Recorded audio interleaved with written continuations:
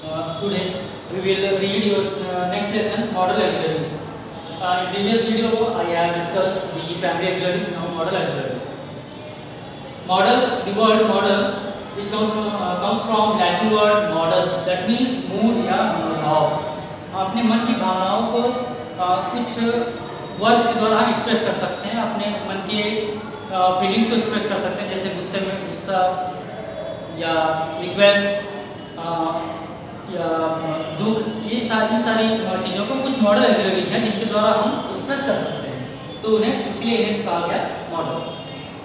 ठीक है, इसके कुछ फीचर्स हैं, ये जानना जरूरी है, आप देख लीजिए. First, it can't be used alone. इसका यूज हम अलोन नहीं कर सकते, अकेले यूज नहीं कर सकते हैं. कैसे, देखिए, जैसे मैंने लिखा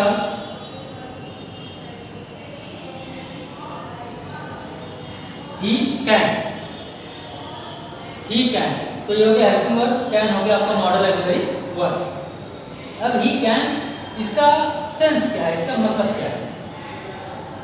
ही कैन का कोई मतलब नहीं होता है, इसलिए इसका यूज अकेले नहीं किया जा सकता है. देखिए, आपसे अगर पूछा जाए कि प्राइमरी ऑक्सिलरी या मॉडल ऑक्सिलरी में से दोनों में से किसका हम यूज अकेले कर सकते हैं, आप बताएंगे primary auxiliary can be used alone but model auxiliary can not be used alone. जैसे इसी को अगर मैं लिख देता ही इज, वह है, तो आगे हम कुछ और भी लिखेंगे, he is boy, he is student, he is a girl, etcetera. तो इसका एक सेंस बनता है, ठीक है. लेकिन ही कैन, इसका कोई सेंस नहीं बनता. कैन का मतलब होता है सकना, सकता, सिर्फ इतना होता है. तो वह सकता या वह सकता है, इसका कोई सेंस नहीं होता है, इसलिए कहा गया. फर्स्ट फीचर इसका आप यूजर याद रखेंगे, it can't be used alone. इसका प्रयोग अकेले नहीं किया जा सकता, आपको यहाँ पर मेन वर्ब देना ही होगा. सेकंड फॉर्म देखिए, second point, main verb is either given और हिडन. जो मेन वर्ब होता है या तो दिया रहेगा या तो छिपा रहेगा. जैसे यहाँ पर इसके बाद मेन वर्ब है, दिया तो कोई ना कोई मेन वर्ब है बट छिपा हुआ है. हम यहाँ लिख सकते हैं he can do, go, see, jump, etcetera. We can use a lot of main verb here. हम यहाँ पर बहुत सारे वर्ब यूज कर सकते हैं, कोई इशू नहीं है. लेकिन ही कैन अकेले हम इसका यूज नहीं कर सकते हैं. इसके बाद हमें मेन वर्ब या तो दिया रहेगा या तो छिपा रहेगा. ठीक है, इसके बाद है one primary auxiliary and one modal auxiliary can be used but two primary और modal auxiliary verbs can not be used. मतलब एक प्राइमरी ऑक्सिलरी और एक मॉडल ऑक्सिलरी एक साथ तो यूज हो सकते हैं, लेकिन दो प्राइमरी ऑक्सिलरी और दो मॉडल ऑक्सिलरी एक साथ कभी यूज नहीं होते हैं. जैसे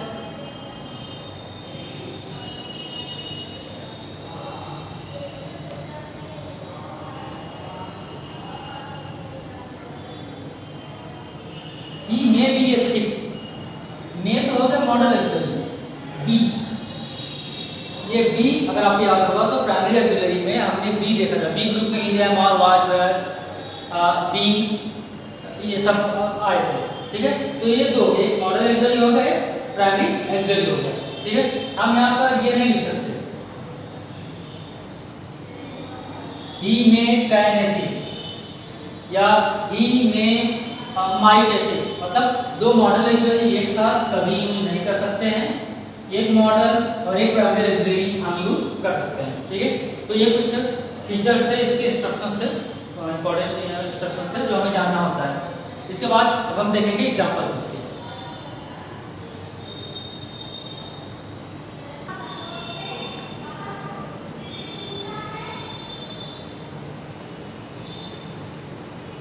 So friends, okay.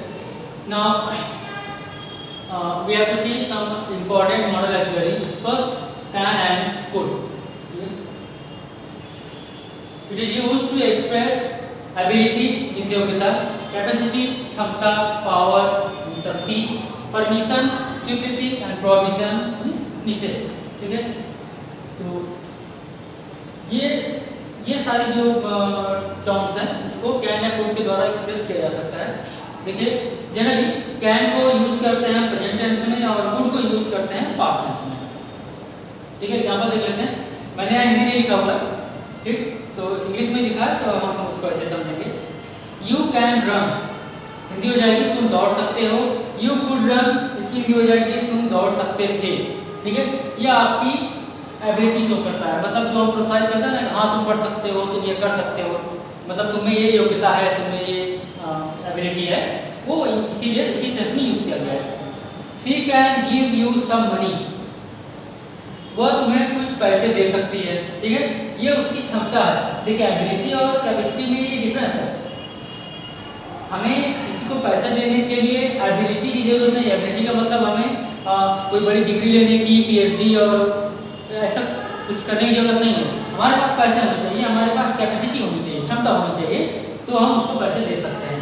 ठीक है, तो she can give you some money, capacity हो गया। इसको अगर पास्ट में करना है तो कैन की जगह पर आप कुड यूज कर लीजिए।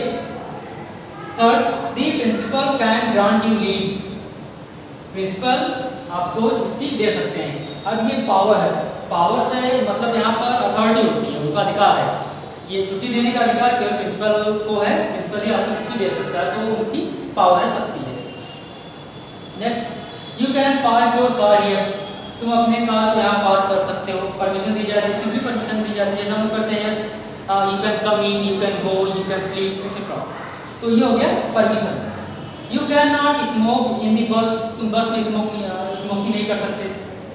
ठीक है, कैन नॉट यूज किया गया, ये रोका जा रहा है, प्रोहिबिशन है, ये निषेध है कि आप बस में स्मोकिंग नहीं कर सकते हैं। इस तरह से ये कैन और कुड इन चीजों को एक्सप्रेस करता है। ठीक, तो ये था आपका कैन एंड कुड। नेक्स्ट देखते हैं।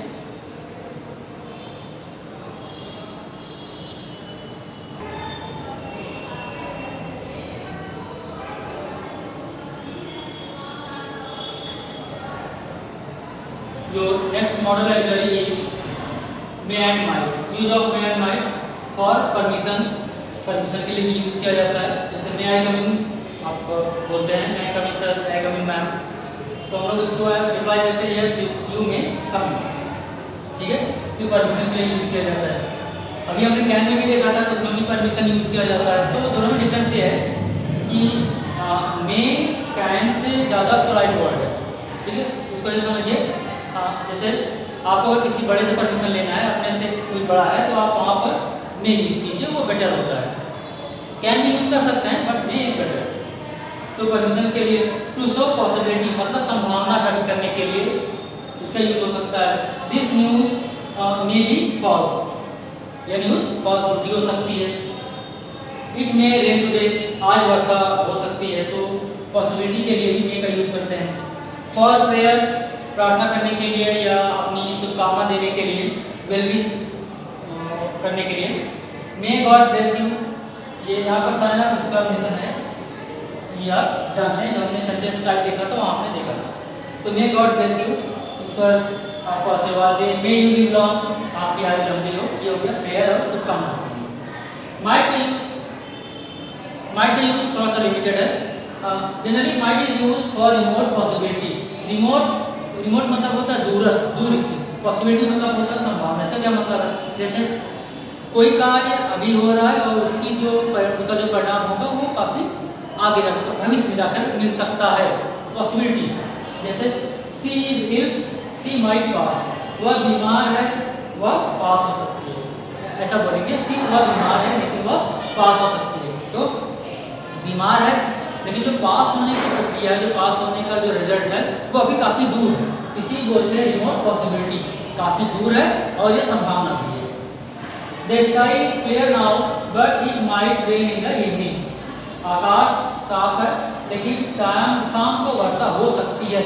इसे ध्यान रखिएगा कि जब रिमोट पॉसिबिलिटी शो करते हैं तो यहाँ पर हम प्रेजेंट टेंस में इसका प्रोनाउंसिएशन करते हैं। यहाँ मैं शक्ति थी नहीं बोल रहा हूँ, यहाँ शक्ति है बोल रहा हूँ। आकाश साफ है लेकिन शाम को वर्षा हो सकती है, सायंकाल को वर्षा हो सकती है। ठीक है, तो रिमोट पॉसिबिलिटी कैसे समझेंगे? रिमोट पॉसिबिलिटी मतलब आकाश साफ है, आसमान साफ है और जो वर्षा होने की प्रक्रिया है वो शाम को होगी, मतलब अभी काफी दूर है। ठीक है, तो पॉसिबिलिटी है वर्षा होने की लेकिन काफी दूर, काफी समय बाद। तो माइट का यूज यहाँ पर किया जाता है और रिमोट पॉसिबिलिटी। ये था आपका second model, may and might. Next देखते हैं।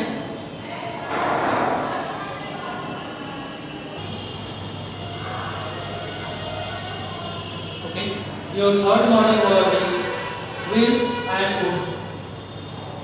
will फ्यूचर टेंस, अच्छा यहाँ will shall आ रहा है, तो will shall को हम एक्चुअल टेंस में पढ़ते हैं, पर ध्यान रखिए कि will और shall ये प्राइमरी ऑक्सिलरी में नहीं आते, इनको मॉडल ऑक्सिलरी में रखा गया है, इनको मॉडल ऑक्सिलरी कहा जाता है, ठीक है।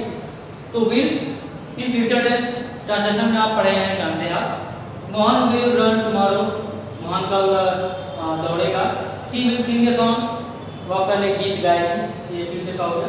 इसको देखिए, फॉर डिटर्मिनेशन और प्रॉमिस, प्रॉमिस करने के लिए या डिटर्मिनेशन का मतलब होता है दृढ़ निश्चय करना, बिल्कुल दृढ़ हो जाना।